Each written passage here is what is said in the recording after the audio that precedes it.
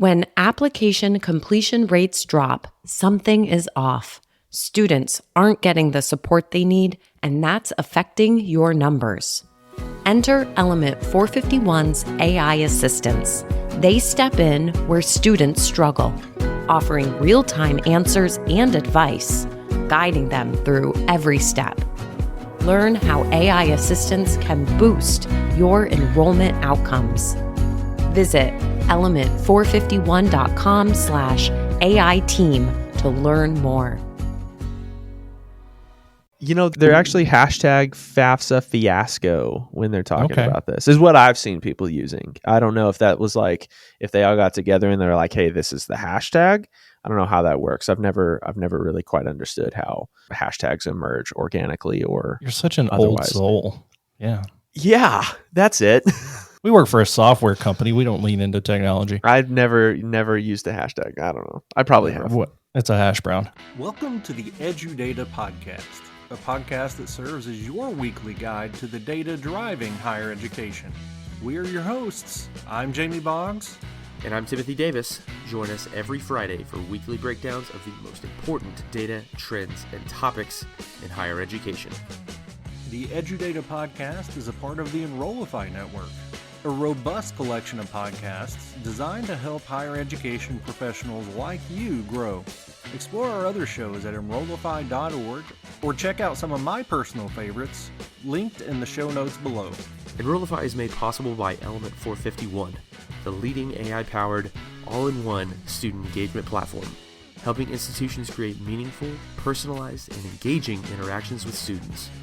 Learn more at element451.com.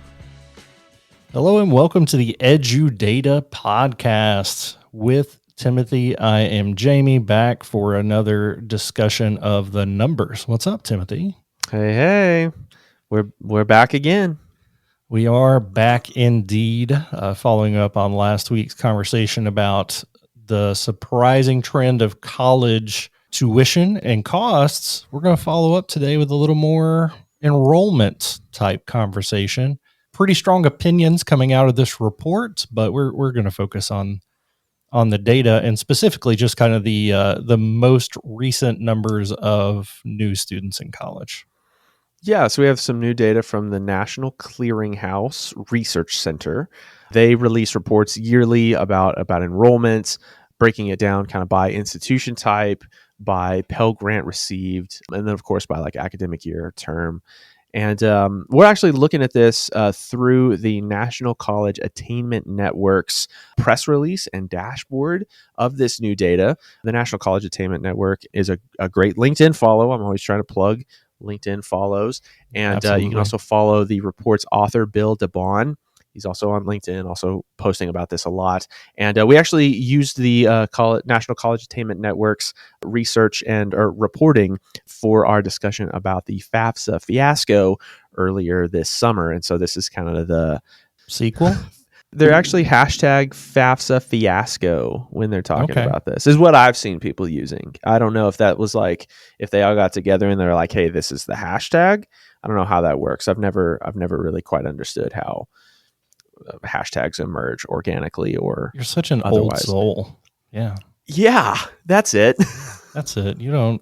Yeah, we work for a software company. We don't lean into technology. I've never used a hashtag. I don't know. I probably have. What? It's a hash brown. Okay, well, the title of this report is Freshman Enrollment Down 5% Following FAFSA Completion Deadlines.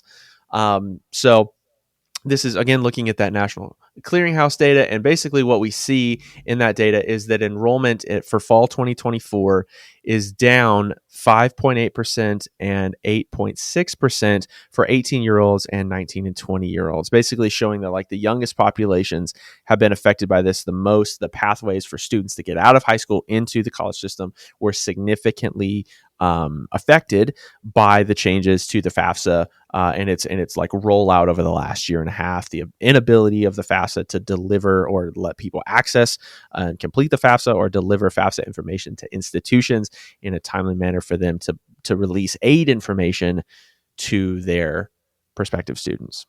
Absolutely. And as I would imagine most of our listeners know, the FAFSA has been undergoing some let's go with radical changes over the last few years. And last year, there was just so much change and pushing back of dates. And you mentioned FAFSA fiasco being the hashtag, and a lot of people were unhappy. Let's just leave it there. But this is definitely attributing the decrease in new student enrollment directly with the FAFSA issues. And we've talked before about correlation versus causation, and we can look and we can say, yes, the FAFSA changed last year and now enrollment's down. Is that all we have to correlate it? But they dive into what I think is really important, the actual FAFSA completion rates and how that decreased. If you're ready for this, from 2003 to 2004, the year over year FAFSA completion percentage down 11.6%. So Yeah. over that's a huge number, like 200,000 people fewer completed the FAFSA than the year before. That's a big number. Yeah. To read directly from the report a little bit here, it says that the NCAN says the connection between FAFSA completion and post-secondary enrollment for high school seniors has historically been strong. And they have a chart that kind of shows that just below this paragraph. This is about halfway down the report, with the two figures moving in the same direction since at least the high school class of 2018. The national first fall enrollment rate data from the chart below, again, what I just referenced, comes from NCAN's analysis of the NSCRC's annual high school benchmark series. But basically, we see it's a table with the first column being high school class, and we see like 2018, 2019, et cetera. Then the next column being the national FAFSA completion rate, and then the year over year change. Last year in 2023, the national FAFSA completion rate was 53.4%, and that was a 1.3% increase in that. Then the first year fall enrollment rate was 60.2%. In 2024, the completion rate was 46%. So again, there's where that 11.6% decrease comes from. We're still looking at finalizing fall data, but like you said, this chart shows pretty clearly that whenever there's an increase in FAFSA completion, there's an increase in enrollment. When there's a decrease in completion, there's a decrease in enrollment. It is, at some point, you have to say, yeah, they're pretty heavily correlated. So to see such a big drop, which if you go back to 2018, the largest change we have seen year over year was 2020 to 2021, which I think we can attribute to maybe a worldwide pandemic partially, was a 4.8% change in year over year FAFSA completion. And that was a drop. And this one being 11.6. I mean, well over double that is scary, I think, to say we need to fix something. And that's what this report from NCAN is really clamoring for. We need to fix the FAFSA process, and they break down further into specific populations, and this is really hitting low income populations even more. The decrease for public four-year schools that have a high percentage of Pell eligible students, the drop in enrollment was over 10% from 2023 to 2024. And that continues in private schools. That was down 10.7% with that high percent Pell Grant group. We see, and I mean, you can extrapolate that to other populations that are high need. African Americans and Hispanics dropped as well. White students actually had the biggest drop in this major drop here. So a lot of low income individuals. I used to work for a TRIO program, which served low income individuals, and I worked specifically in the Appalachian area. So those low income students, and specifically this population, struggle because a lot of time they're first generation students and those kinds of things. They didn't know how to do the FAFSA before it changed. So there's a big change there. So those are the populations being hit the most, and it's pretty obvious that decrease is related to the completion of applying for financial aid. Yeah, for sure. And I mean, the other factor at play here is the Supreme Court's decision banning race-conscious admissions, which the report here, the press release here point out. But some of the statistics that we find, at least in the clearinghouse data, is that white freshman enrollment declined most sharply year over year at 11.4% decrease, where Black and Latino students saw their freshman enrollment decline by 6.1 and 1.4 respectively. Asian students saw their enrollment decline by 2.8. So it seems that white freshmen were the most affected, at least in this scenario, based on this data set. Of course, there's a lot of other factors to consider in there, and the press release makes note of that as well. We also have some data about increases in enrollments both at two-year publics and at HBCUs or HSIs, Hispanic serving institutions. For fall 24, high percentage Pell students increased in enrollment at public 2 years, so that by 1.2%. So some of those students that may not have gone to public 4-year ended up going to public 2-year. So that's potentially one of the places they ended up.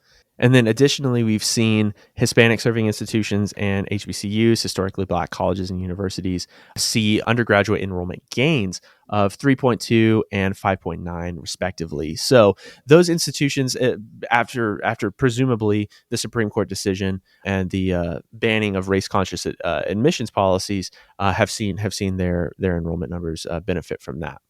Obviously, these numbers are huge, and demanding action is when we came out of the pandemic and students had been home for pretty much a year or more. There were a lot of students that stayed back a year, took a COVID year, if you will.